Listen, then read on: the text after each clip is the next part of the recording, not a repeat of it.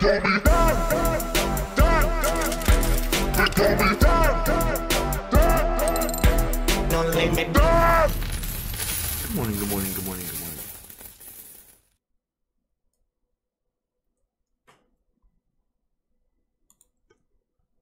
Market cap 452 billion. Just chilling. Kind of feel like the weatherman in San Diego. It's been the same, bouncing back and forth, nothing too dramatic. Bitcoin a hair under 11,000. Ethereum 85. 85. I keep saying that. It's like my future self just keeps jumping in. 856. And so, getting into this video, I am going to be talking about setting lures. I know a lot of people who've watched my videos, my old videos, this might be redundant, so you could probably kill it here if you want to. But for a lot of people, because I've been getting a lot more questions, because anytime I'll talk about lures, people are still saying like, you know, hey, do you post a video about that? And so I'll try to make one that's more in depth. You know, this is still just off the top of the head. I had a plan for a video today, but just decided to make this at the last minute. So if you want to set lures, what's a lure? A lure is a low buy. So a low buy order. I'm going to get into it when I go, because we're going to go fishing. That's the whole point of this video. We're going to go fishing. So where do you start? Where do you start? You can start on a website like CoinMarketCap or whatever you prefer and find a coin.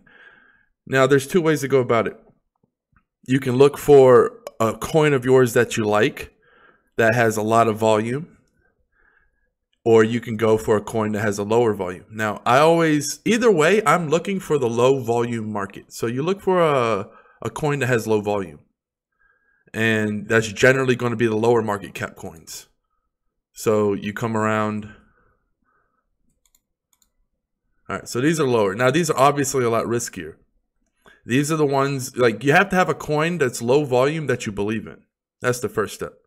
And it's not as easy as it looks, right? Like, this is the same shit it's funny because the same shit I'm about to teach is the same shit I would charge $3,000 for if I was to do a course. But the funny thing is, I'm not doing this to be nice. I believe that when you give, you'll get more in return. So I believe if you put a price tag on something, you cut yourself off from the world, right? So I believe I would make more giving this away for free and value, right? Because not everything you get is money.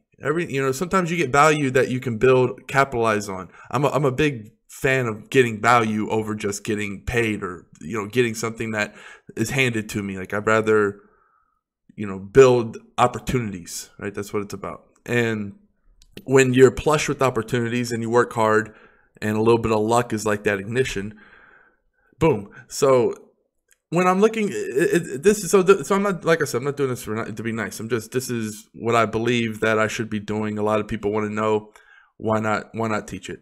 And the low volume coins, like, let's say you have a coin that you believe in, you've done your research. Keyword on research, like, it's so easy to misfire. A lot of those coins are going to go bust. When I look for a coin, I always ask myself, is it going to be around in 5 years? But, for the sake of this, let's say we want to go for a higher volume coin. I always recommend, if you're first starting out, go for a little bit of a higher volume coin, just in case, especially, if you hit a snag, you need some money, whatever, right? You can get out. That's the whole point of, but there's a trick to it, right? So you go to a coin, let's say Civic, and it's a high volume coin, right? It's almost 10 million. However, there's markets that aren't high. That 10 million isn't on one market. So you can go and you can actually find an illiquid market. And some people, it's so surprising. You can go to a website like Bittrex and you see how Ethereum is a lot lower than the Bitcoin. But it's so funny. Some people, they will have Civic and they'll want Ethereum and they will just dump on the Ethereum side because they don't feel like getting Bitcoin and then having to transfer. They don't want to do it. It happens all the time. Or you go to a lesser known exchange. Or even, these exchanges, OKX, Poloniex, these are still known. But like, you can see the lower volume in the ETH section. This is where patience is a virtue. So I was looking and I wanted to dabble. So I went fishing the other day and now I'm checking my lures with you guys. I chose to do Ethereum because the volume was a lot lower. And it's funny because people talk about guessing the bottom and guessing the top. The way I play it, like I said, it's like a cheat code. I don't play fair. I don't give a fuck. I look for ways to win. I create the bottoms, if you can understand that. I make the low. This was me creating this because I set a big ass fucking lure down here and someone dumped to it. And so right here, here's a lure right here. Buy 3.8. I snagged some. I didn't hit the whole lure. Right? What was this bottom? 3.8. Right? That's me creating the bottom. I just got free Civic. Right? And if I wanted to flip it, I could have easily flipped it, because what happens? You'll see a big volume build up because a big buy order gets hit, and then they'll cause a candle, a green candle, and then people will think, oh, volume plus, people buying, green candle, buy, and it creates a pump. The psychology, why it happens, I've seen it time and time again, the ping pong effect. Anytime you get volume and someone buys up, it's just what happens. I guess people have triggers, bots. I have no fucking idea. It's what happens. And look at what happened. Immediately, this is immediately after. And then it just went crazy for no reason. Like someone just dumped the whole hell, and then out of nowhere it just goes and clears the high for it's just. So the opportunities are there, right? I didn't put a sell because I didn't want to. I want to hoard. I'm trying to hoard my Civic. But if I wanted to, I could have slammed the top right there. But just by blind man, I'm blind man feeling, right? I set it about 20, 30% lower than it was, about the 24-hour low. And then you can easily do the same for the top and just make your chunks. So right now, what's the second? So let's say you find your coin, you find Civic, you find the illiquid market that you want to corner.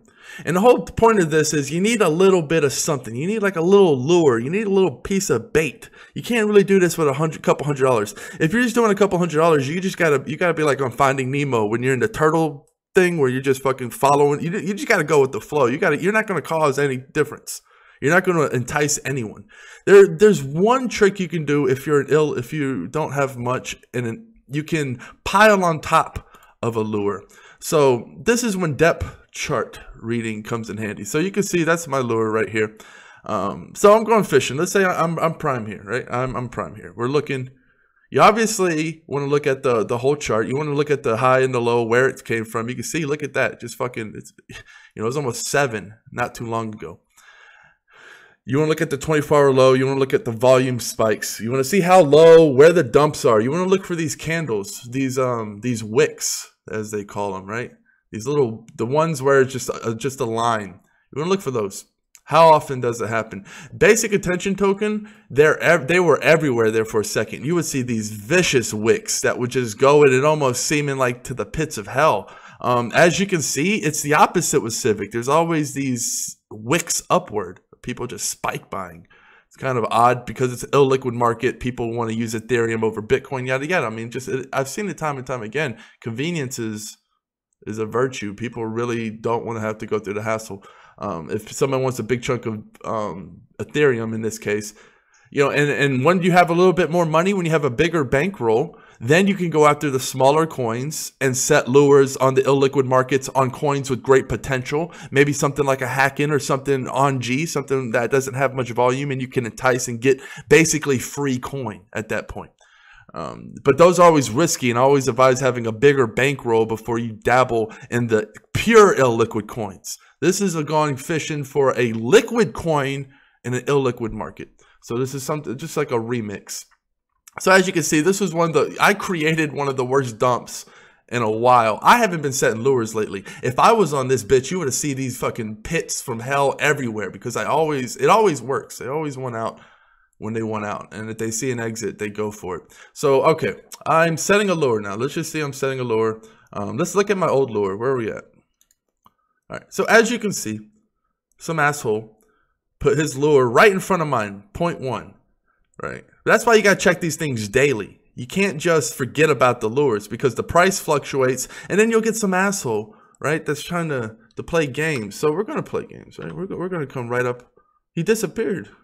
Oh, no. It might be a bot. So if I put my buy order right now, he might just randomly appear right in front of me. When that happens, let's see if it happens.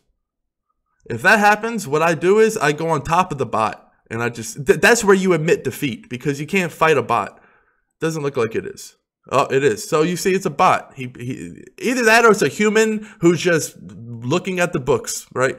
Much more likely a bot. Although bots are a little bit quicker. So let's see if he does it again. So at this point, you know, for the sake of not going to war, some of you can be stubborn and you can put a, you know, you can, you can just be like, hey, fuck you, guy. Let's do it. Let's say fuck you, guy, one more time. Just for the video, right? Oh, he disappeared. So he is a bot. Anytime he disappears like that, he's waiting. So it's a bot that will put the buy order in front of the large chunk. So they're pretty much bot luring. It's pretty cool. You're gonna see it. So he's gonna appear at at 3825 real soon. And when he does that, we're gonna cancel and we're gonna put it right on top of his. See, 38. What are we? We're about 43. The low's 41. We've had the vicious dump before. There's no reason to get greedy. Like, I don't care. This thing could go to the moon, and I would be like, cool. I still have Ethereum. That's not fucking bad. There's no FOMO. FOMO ruins everything. You have to be virtuous. You have to be able to give Zen. Don't give a fuck what you miss out on, what you miss. That's not about that. You know, we hit here, great. If we hit again, great. If we don't, who gives a fuck? I'm in it for free civic. I'm not paying anything less than free. And this eyes, you know, when something goes from, you know, 45 all the way down to 38 in one chunk, that's basically free, guys, because it bounces back, as you can see. So did he come back? All right, so here he is. So this guy. So this is what you do. This is a trick you might not have learned because, oh, don't tell me he's going to disappear. Hurry, we got to do it quick. Oh, what a punk. So no matter what. So this guy's just going to fuck, you know, these people. What I was going to say is if it's a human, he's not a human, obviously. I would have just put it right on front of his. What you could do, obviously, is check back in an hour, see if it's still there. These happen, though. I mean, it's not that big of a deal. Like, it's not like it's a ton. But at the same time, it does cramp your style. So that's what you want to do. You want to be like this bot. You want to go and you want to find where the big chunk of Ethereum is on these order books. And you want to pile, because, like, let's say you want to set your lure on an illiquid market. The volume's 96 for the day. And, you know, right here alone is about 30, you know, almost 40 Ethereum, not counting, you know, if you count all of these, you're going to have a lot more. That's a lot to get through. So it depends. You have to be realistic. You don't want to just go to last and set your order and just pray, because then you're just wasting opportunity. You want to, you know, it's kind of like an art. You want to find those great picks. So right here, since this guy's being an asshole, what I would do is, I mean, if I was hell bent, like, you know, this is just for the video, I'm not going to go to war, but if I was hell bent, I'd probably come to page 2 and maybe try to get it, you know, a little bit higher. This guy keeps tormenting you. It is what it is. You can go try to find another coin, or you can just sit back. Another thing is, it's psychology. A lot of people will look at the order books and they'll see thin buy orders, and then when they see a big buy order, they're like, oh, that guy knows something. You know, that person knows something that I don't know. Right? That might be what, you know, it might dump to that price because why is there so much money at that price just sitting there? You know, so people get in their heads and it kind of fucks with people. So that's why you always want to constantly spread that out, and spread it out, meaning you want to keep checking back on it. That's what I meant. And you're going to have bots, especially on Bittrex. The other exchanges, you know, but that's just a little basic on lure setting. You know, you want to set just another, this is going to be another angle. So this isn't just pure lure setting. This is just another trick to try to get some cheap coins that are liquid. So just another little twist if you want. As I said, 20%. So if I was setting a lure right now, I would set it at this price, 380. I wouldn't want to set any lower. So the bot's fucking with us, but it is what it is. I think I'm probably missing something.